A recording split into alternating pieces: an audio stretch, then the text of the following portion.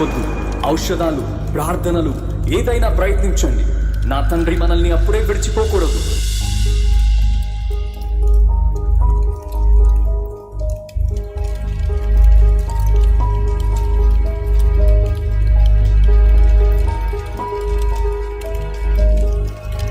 ఏ ఔషధము కూడా ఆయన మీద పనిచేయడము లేదు.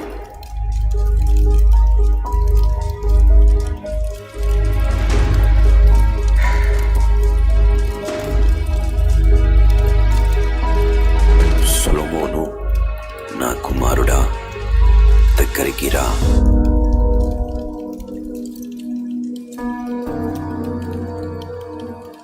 మనందరము పోవలసిన దారిలో నేను పోవచ్చున్నాను. నిబ్బరముగా ఉండి ధైర్యముగా ప్రవర్తించు. తండ్రి, అప్పుడే కాదు, ఇశ్రాయేలుకు ఇంకా మీ జ్ఞానం కావాలి. నాకు కూడా మీ అవసరం ఉంది. నీ దేవుడైన యెహోవా ఆజ్ఞలను పాటించు, ఆయన మార్గములో నడువు. మోషే ధర్మశాస్త్రములో వ్రాయబడిన ఆజ్ఞలు, కట్టడలు గైకొను. అప్పుడు నీవు చేయు ప్రతి దాంట్లో, వెళ్ళే ప్రతి చోట విజయవంతులవగుదువు.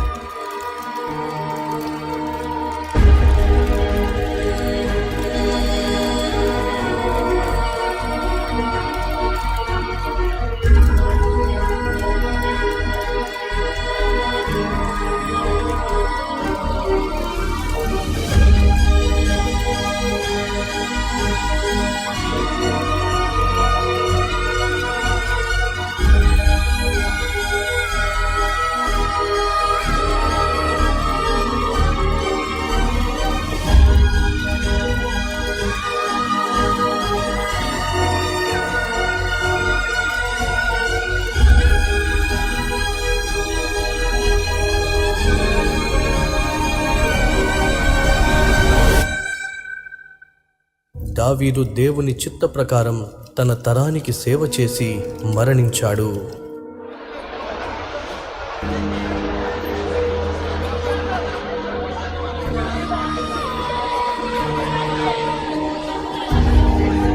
ఎన్ని లక్షల మంది దావీదు మరణించినప్పుడు పాల్పంచుకున్నారో చూడండి. ఎంతమంది ఏడ్చారో.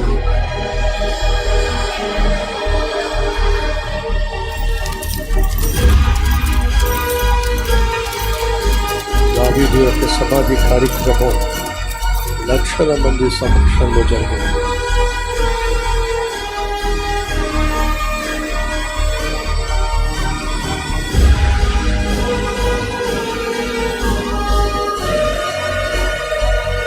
ఆ రీతిగా దావీదు సమాధి చేయబడ్డాడు.